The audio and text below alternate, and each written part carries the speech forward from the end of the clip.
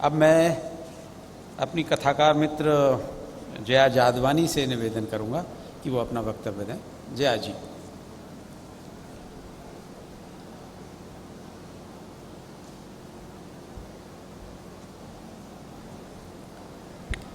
दोस्तों, आप सभी को बहुत प्रेम और आदर से नमस्कार। हम कल से इस विषय पर न जाने कितना कुछ सुन चुके हैं, अलग अलग शेड्स में सुन चुके हैं, और मैं नहीं जानती कि मैं इसमें नया क्या शेयर कर पाऊँगी, पर मैं फिर भी इसमें जितना मैं जानती हूँ उतना जोड़ना पसंद करूँगी। अभी जितेंद्र सर ने जो कुछ भी आपको कहा बहुत अद्भुत था। उसमें से एक वाक्य से मैं अपनी बात शुरू करूँगी कि आश्रय की कीमत कला को चुकानी पड़ती है। तो मैं अपने इस अनुभव को कि आश्रय की कीमत कला किस तरह चुकाती है, मैं और आगे ले जाऊँगी। मैं ये भी आपके सामने बताऊँगी कि इस अभिजात्य वर्ग ने कला को कहाँ ले जाकर छोड़ा है और कैसे लोग को उस कला को बेचने को विवश किया है, कैसे अभिजात्य ने कलाओं पर कब्जा जमाया है और उसे धकेलते हुए उस कगार पर ले गया है जहां बहुत थोड़े रुपयों में वह अपनी कला बेचने को विवश है। कुछ उदाहरण देकर अपनी बात स्पष्ट करूंगी। हम कुछ फ्रेंड्स कुछ महीनों से लगातार बस्तर आ जा रहे हैं, कुछ लिखने के लिए भी और कुछ डॉक्यूमेंट्री बनाने जैसा भी, और कुछ इसलिए भी कि वहाँ जितनी भी जनजातियाँ हैं जैसे गोंड, हलवा, कमार, बैगा, धनवार वगैरह वगैरह, ये सारी जनजातियाँ किसी न किसी कला में इन्वॉल्व हैं।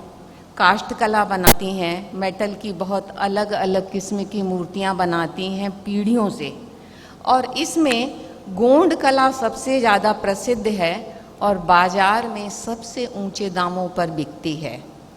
कैनवास पर कुछ खास कलर से इतनी छोटी छोटी डिफरेंट कलर की आकृतियाँ, बारीक काम होता है और इतनी शानदार आकृति होती है, मैंने देखी है और बहुत ही अद्भुत है।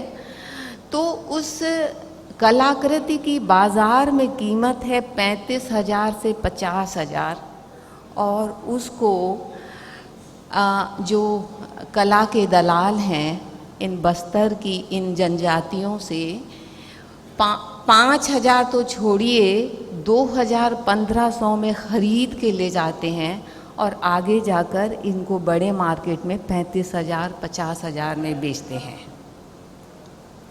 कभी कभी तो रायपुर जैसे मार्केट में ये 10,000 में मिल जाती है और कभी इससे भी बड़ी मार्केट में ये लगभग 50,000 ले आती है। क्यों ऐसा करते हैं? क्योंकि इन्हें बनाना तो आता है, इन्हें बेचना नहीं आता, इन्हें झूठ बोलना नहीं आता। कई बार इन लोक कलाकारों को कॉरपोरेट हायर कर लेता है और उनको एक जगह इकट्ठा करके उन्हें कैनवास और ज़रूरी पेंट मुहैया करा देता है और 7 दिन के शिविर में इनसे सारी कलाकृतियाँ बनवाई जाती हैं और इनको 1,000 पर डे के हिसाब से 7,000 देकर विदा कर दिया जाता है। उस 7 दिनों में कितनी कलाकृतियाँ ये बनाकर दे देते होंगे, ये आप बहुत अच्छे से समझ सकते हैं।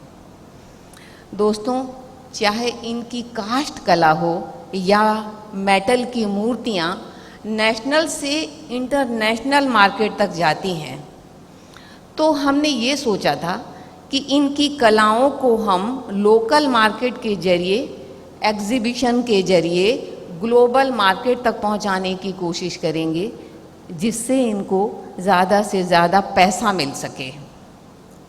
और जब हम वुडन आर्ट, मेटल आर्ट इकट्ठा कर रहे थे तो एक बंदे ने हमें 3 लाख का माल ऐसे ही दे दिया, क्योंकि पिछली एग्जीबिशन में हमने जब उसकी एग्जीबिशन लगाई थी तो उसने 1 घंटे में कोई 12,000 की उस समय बिक्री कर ली थी और इतना खुश था कि उसने बगैर कुछ सोचे हमको 3 लाख का सामान दे दिया, जो कि अभी हम जगह जगह इकट्ठा करके इनकी कलाकृतियाँ और एक बड़ी एग्जीबिशन लगाने की सोच रहे हैं, क्योंकि ये पीढ़ियों से यही करते हैं।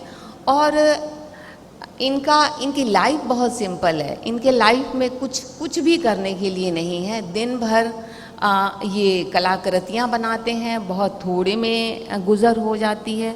अगर आप इनका जीवन देखेंगे तो बहुत ही दयनीय है। इनके पैरों में चप्पल तक नहीं होती, पर इनको इस बात का इल्म ही नहीं है, इनको इस बात की खबर ही नहीं है। हम लोग एक ऐसे परिवार से मिले जिसकी पिछली 2 पीढ़ियों को इसी काम के लिए पद्मश्री मिल चुका है, और ये इसकी तीसरी पीढ़ी यही काम कर रही है। उसके पास 2000 रुपये भी नहीं थे कि वो 1 महीने तक, 15 दिन तक बगैर किसी टेंशन के सुकून से खा सके। दलाल आते हैं, बेहद कम दामों में इनसे खरीद कर ले जाते हैं और ये सोचते हैं कि चलो कुछ तो बिकी। अब बस्तर में झिरकू मिटकू की एक प्रेम कहानी बहुत प्रसिद्ध है। 2-3 लाइन में मैं आपको ये प्रेम कहानी सुनाती हूँ। ये दोनों एक दूसरे से प्रेम करते थे। मिटकी के भाइयों ने झिटकू की हत्या करवा दी शादी होने के बाद। यह सुनकर मिटकी ने बांस की टोकरी ओकरी अपने कमर में बांधकर आत्महत्या कर ली, तालाब में कूदकर। तो रफ्ता रफ्ता हुआ ये कि मिटकी इन सब की आराध्य देवी हो गई और झिटकू मिटकी के नाम से मड़ई मेला का आयोजन किया जाने लगा। तो बस्तर की यह प्रेम कहानी वहाँ की शिल्प कला में साफ दिखाई देती है। कास्ट और मेटल से बनी ये मूर्तियाँ देश विदेश जाती हैं। हर साल दिल्ली में होने वाली कला प्रदर्शनी में झिटकू मिटकी की बेल मेटल की बनी मूर्तियों को विशेष दर्जा हासिल है। तो जो बीच के दलाल हैं, इनसे ट्रक भर भर कर, अभी हमारे सामने 3 ट्रक भर कर माल गया है और बेच देते हैं आगे जाकर। दूर दराज के लोग भी इन मूर्तियों को चूँकि अपने घरों में रखना शुभ समझते हैं, तो ये खरीद कर ले जाते हैं। यह प्रेम कहानी इतनी प्रसिद्ध है कि लंदन की ऑक्सफोर्ड यूनिवर्सिटी से शिक्षा प्राप्त के झा ने इस पर एक उपन्यास लिखा जो काफ़ी प्रसिद्ध हुआ। एक शख्स और हैं, अजय मांडवी सर, आप लोग जानते होंगे, जिन्हें वुडन आर्ट के लिए अभी कुछ ही महीने पहले पद्मश्री से नवाजा गया। वे क्या करते हैं?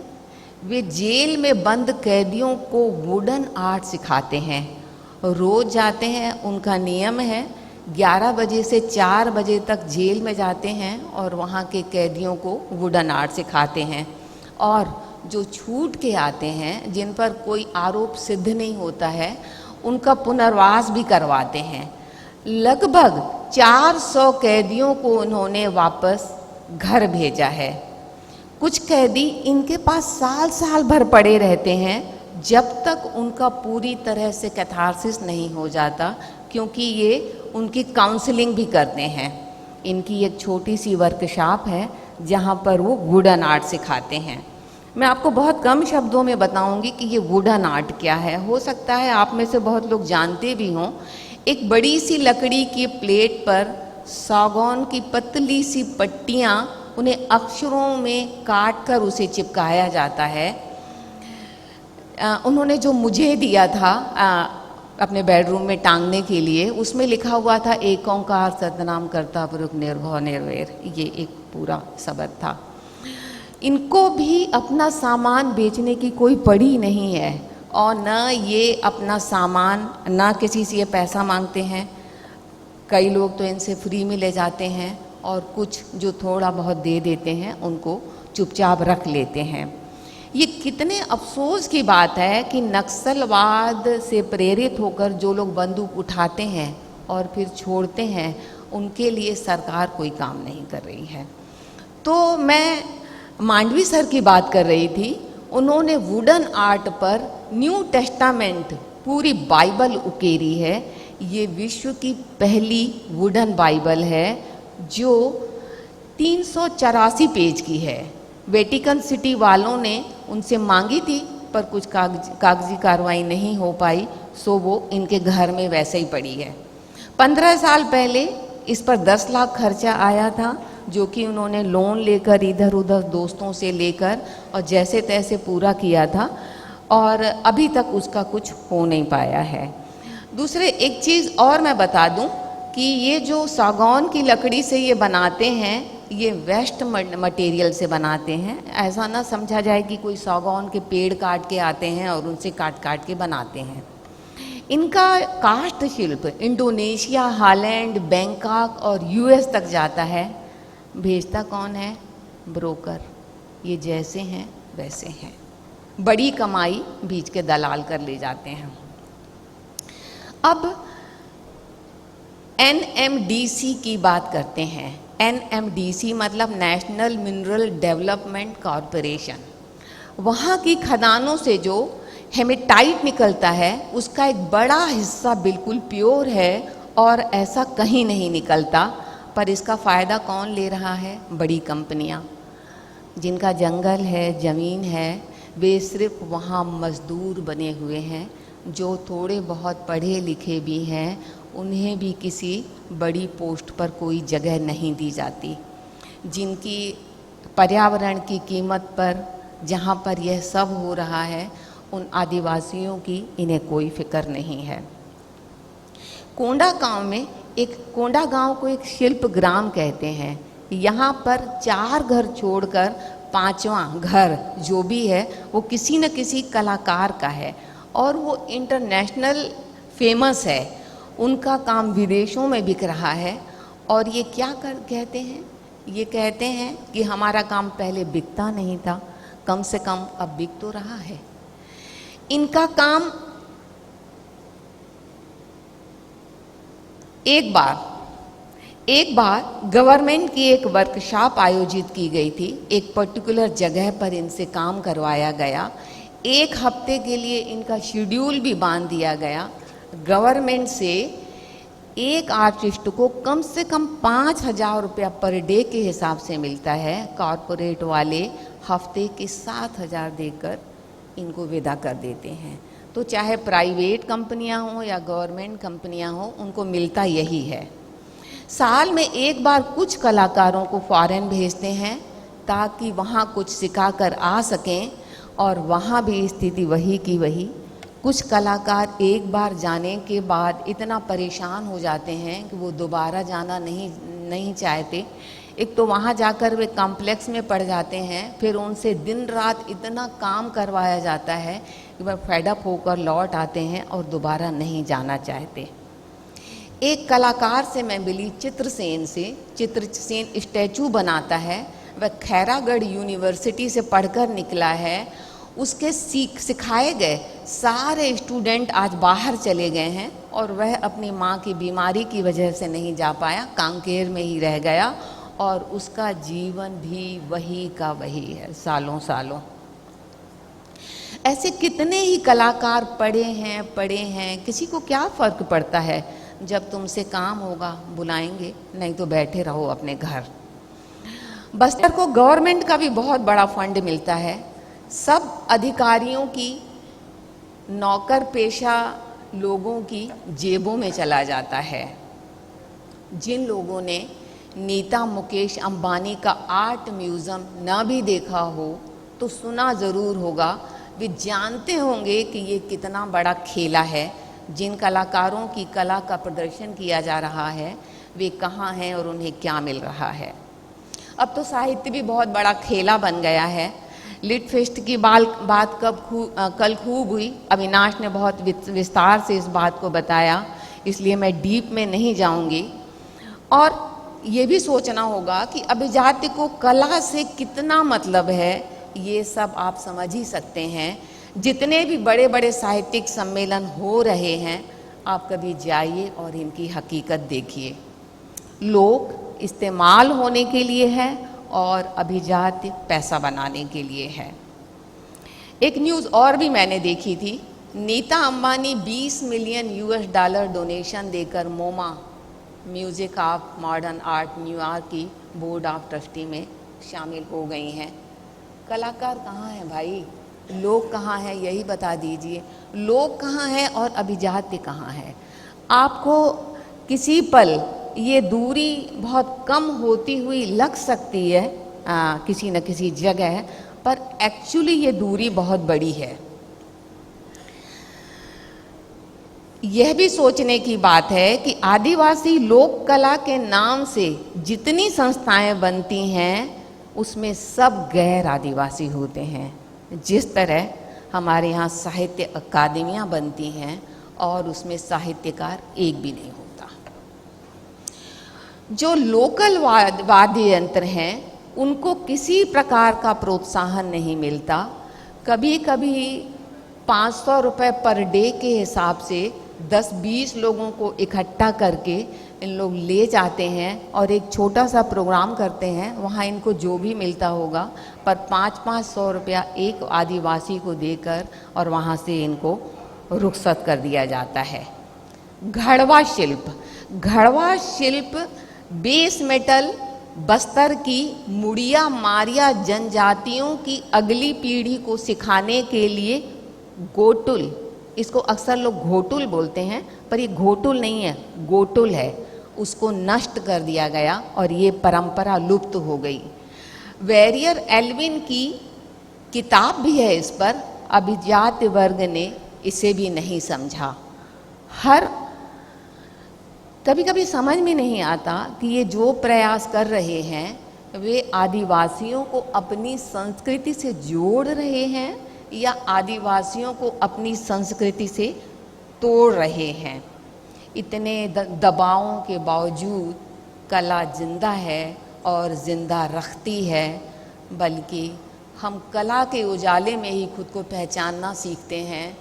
आप ये भी सोचिए कि इन लोक कलाओं को कितनी पीढ़ियाँ इसकी निरंतरता लगातार बनाए हुए हैं, तो शायद वो उनकी जिजीविका वो इसी वजह से ज़िंदा है कि ये लोक कला आगे से आने वाली नई पीढ़ियों को हस्तांतरित की जा सके। तो मैं कोई सवाल नहीं उठा रही हूँ, बल्कि मैं जो कोई जवाब नहीं दे रही हूँ, बल्कि मैंने जो सवाल उठाए हैं मैं चाहती हूँ कि आप उस सब पर विचार करें। आपने मुझे सुना, आप सबका बहुत आभार, संगमन का बहुत आभार।